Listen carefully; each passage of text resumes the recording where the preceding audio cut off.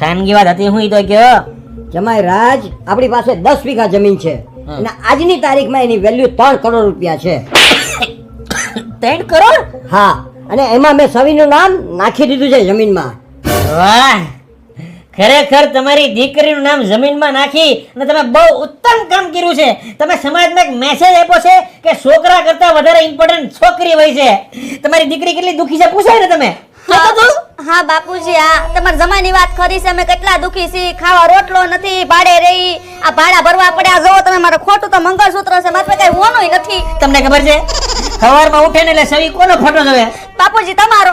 તમારો ફોટો જોવે ઈ. અને હાચું કે હું રિક્ષા લઈને જાઉં છું ત્યારે કોનો ફોટો જોઉં છું સવારમાં? બાપુજી તમારો. અને હું બોલું ખબર? ઓમ સસરાય નમઃ. પૂછો બોલો તો કે બોલતો? હા.